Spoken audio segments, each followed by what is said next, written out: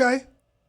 Well, let's talk about this, Rhasheeda. Pretty much, you've been in the 60 top SDR leaders you should be looking out for, and also the 100 women in sales by demand base. Mm-hmm. Talk about getting those accomplishments. How did you feel? And like, what did they go off in terms of like, or do you even know, like in terms of basing who they should even put into that? A lot of it is one, posting on LinkedIn. I've done a lot of LinkedIn chats and podcasts. Mm-hmm. Also, they're looking at my numbers and different things to that nature. People referred me, and sometimes I have like open pools of like who are the top women or leaders in sales. When the first time it happened, because I've done it 3 years in a row now. I think yes, 3 years in a row. Congratulations! Thank you. Back to back, they got that Drake going on. Back to back. There you go. But the first time, I was like, I don't know about this. Yeah. It's a little bit too much exposure because I'm private still. Yeah. Okay. But I remember my mentee, shout out to Lay again. He was like, it's time for you to pop your ish now. Yeah. And I said, what? He said, no, this is your time. He said, I need you to go out there and ball like Kobe Bryant or LeBron and show them what you got. And from that day forward, that's what I've been doing. It's just showing them what I got and just being authentic. Like, I'm talking to everybody gets this same conversation like this. Like, I don't switch up, but what I'm saying is the truth as well too. Is this is sales. Like you gotta be able to just withstand all of this. So for me, getting those accolades and shout outs and awards, it's cool. But what's even better is that I'm moving the needle in sales, is that there's a black woman. That's your vision. Who is on on these boards and awards and people reaching out to me. And I'm just a black girl from Cleveland. Like I am that girl, but at the same token, it's like it's in me. You know what I'm saying? So for me, it's in me. Like, it's in me to be a dog. It's in me to be a beast. It's in me to be a leader. It's in me to be number one. Like, it's in me. Like, and what's in you is in you. I can't change that. Yeah. And I'm humble at the same time too. Let me be clear. Yeah. I'll help if you call me and if you call me, I'm right there. Yep. I'm here because I want to spread the wealth as well too. This game that I got is for everybody. If you want it, I got it for you. Yep.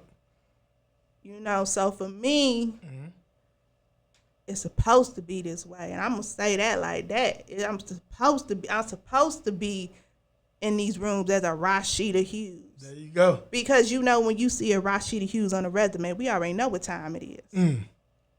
So yeah, I'm supposed to be here is what I'm gonna say, and it shouldn't be any other way. And so that's how I feel about that. I'm thankful and I'm humble, but I'm supposed to be there. Yeah. And nobody can knock me down. Nobody. My confidence is through the roof because I had to build my confidence up on my own with myself and God and my family. So can't nobody take none of the gain that I got away from me because I did it and God did it and my family did it.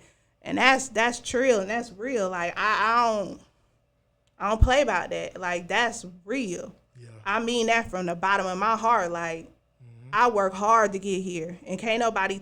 Y'all, that's just a little bit of the story. Like, it's so much more. But like, high level, man, you can't take it from me because it's in me, and when it's in you, can't nobody take it from you. Like that. That's the beauty of being black. It's like we know it's in us.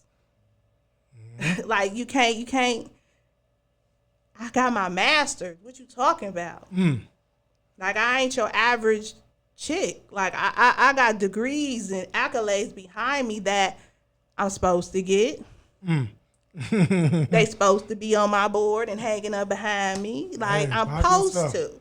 So absolutely, that's how I feel about that. There you go. Pop your stuff. And I can tell you this, Rhasheeda is definitely, like I say, very obsessed, like she said, over sales, the craft, and like she said, being a representation for Black women and even men in terms of sales and tech sales specifically now.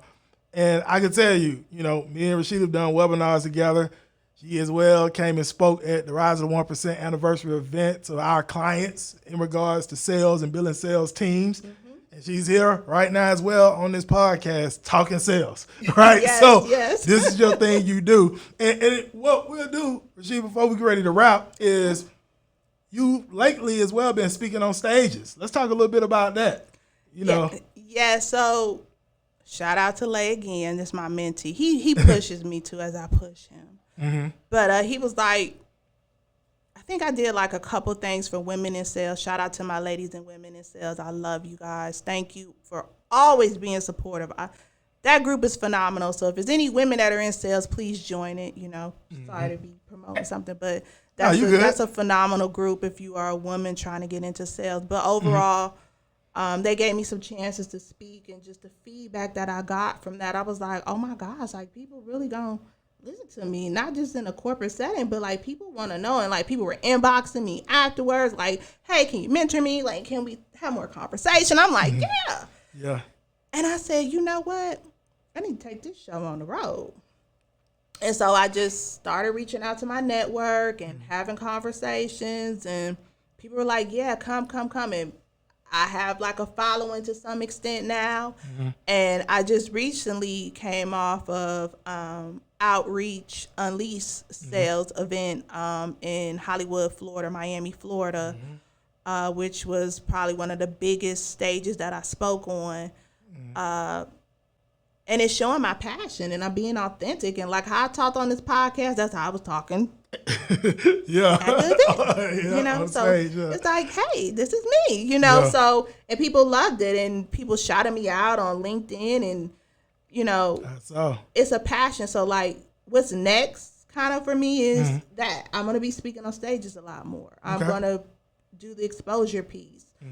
The next thing is, I'm going to probably be starting a sales tech company. We've talked about it a lot. So that's coming next as well, too, because there's another chapter of I want to make sure everybody has this game that I have in my head, and that's that thing of creating legacies. So if I could create 30, 40 of me that are better than me, I've done my job. So my job is to get 50 to 100 people in the sales and be successful and better than me. I want them better than me. And share this sales formula with as many people as I can, because sales is not going anywhere, and what's happening now is sales is getting harder. It's more competitive. There's a lot out here, but you can still sell and make a lot of money. Sales is not going. You got to sell to people. Right. Absolutely. And businesses need salespeople. For sure. No problem. Even services being sold without sales. Yeah. Even during this economic uncertainty, companies are buying people to sell. If you look now, there are more sales roles than there's ever been. Yeah. So for me, it's making sure that people have the proper foundation of sales. Like that's what I'm passionate about, and properly know how to sell and make a lot of money.